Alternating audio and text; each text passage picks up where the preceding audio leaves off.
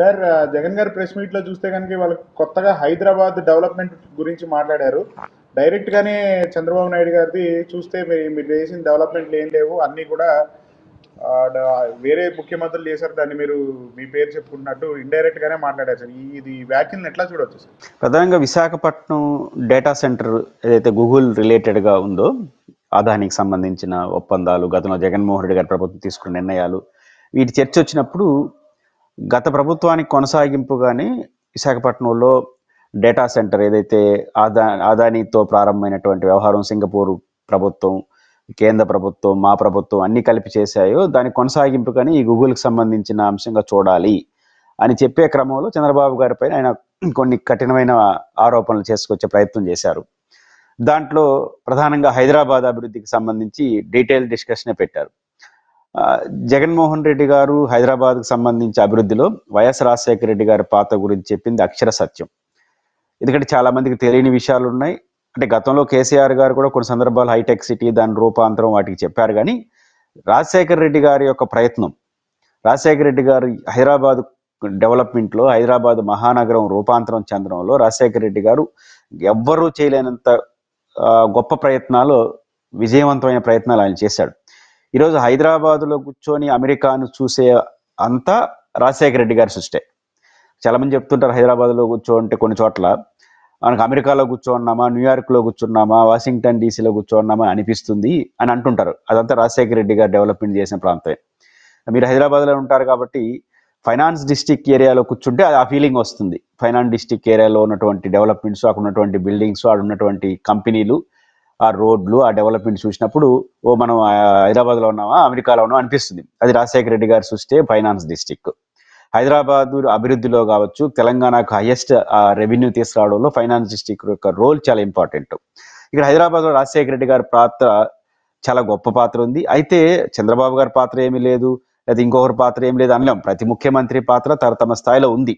హైదరాబాద్ అభివృద్ధి వేరు, హైదరాబాద్ మహానగరంగా మారడం వేరు. ఈ రెండింటికి చాలా వ్యత్యాసం ఉంది. హైదరాబాద్ అభివృద్ధిలో శ్రీమతి ఇందిరాగాంధీ గారు కేంద్ర స్థాయిలో అనేక కంపెనీలు, బిహెచ్సిఎల్, ఐడిపిఎల్ లాంటి దాదాపు 100కు పైచిలకు కేంద్ర కంపెనీలు హైదరాబాద్కి వచ్చాయి. అదే ఉంది. ఇప్పుడు మనకు నవాబులు పాలనలో ఉన్నింది, అది నైజాం పరిపాలనలో ఉన్నింది. అప్పుడు మనకు హుస్సేన్ సాగర్ అవన్నీ వచ్చినాయి, చార్మినార్ వచ్చింది. ఈ పాత్ర తక్కువ, ఆ పాత్ర ఎక్కువ అని చెప్పలేం. బట్ సిగ్నిఫికెన్స్గా హైదరాబాద్లో ఒక మహాస్ డెవలప్మెంట్ అనేది, ఒక మహానగరంగా విస్తరించింది రాజశేఖర రెడ్డి గారి యొక్క విజన్ అని తప్పదు. హైదరాబాద్ అభివృద్ధిలో మీరు అన్నట్టు నవాబుల పరిపాలనలో జరిగిన డెవలప్మెంట్స్, కొన్ని హిస్టారికల్ బిల్డింగ్స్ వచ్చాయి.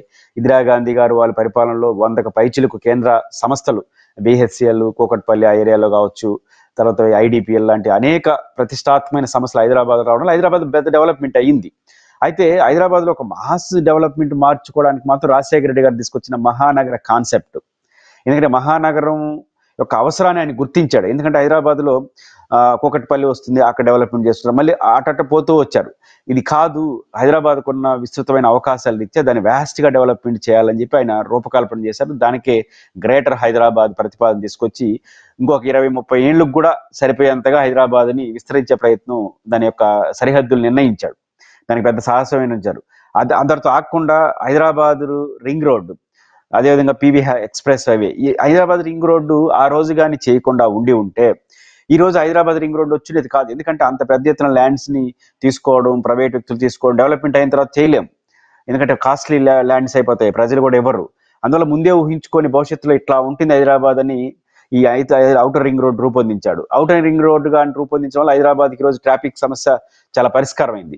బస్ ఆ రోజు ఆయన ఊహించుకున్నా ఉంటే ఈరోజు హైదరాబాద్కి ఔటర్ రింగ్ రోడ్ రాకుండా ఉంటే ఊహించుకోగలం హైదరాబాద్ డెవలప్మెంట్ కుచించుకుపోయి ఉంటుంది, డిస్టర్బ్ అయిపోయి ఉంటుంది. ఆ తర్వాత ఇంటర్నేషనల్ ఎయిర్పోర్ట్, ఆ రోజు శంషాబాద్ ఎయిర్పోర్ట్, మన బేగంపేట ఎయిర్పోర్ట్ ఉండగా ఎందుకు ఈయన రియల్ ఎస్టేట్ కోసం ఆడ చేస్తున్నారు. కానీ ఆ రోజు శంషాబాద్ ఎయిర్పోర్ట్ రాజశేఖర రెడ్డి చేయకుండా ఈరోజు హైదరాబాద్ ట్రాన్స్పోర్ట్ని ఎట్లా ఊహించుకోగలం.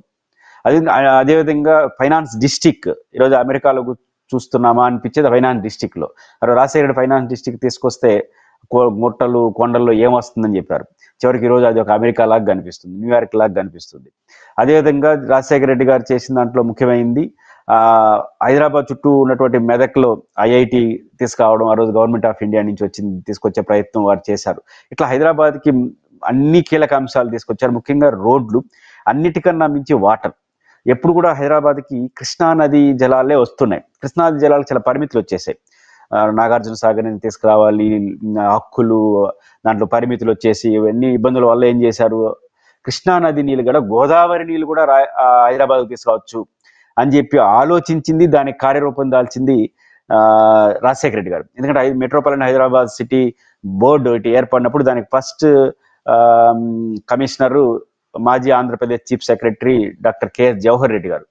వారి అనుభవాల్లో కూడా చెప్పారు, గోదావరి నది నీళ్ళని తీసుకొస్తే తప్ప శాశ్వత పరిష్కారం హైదరాబాద్కు దక్కదు.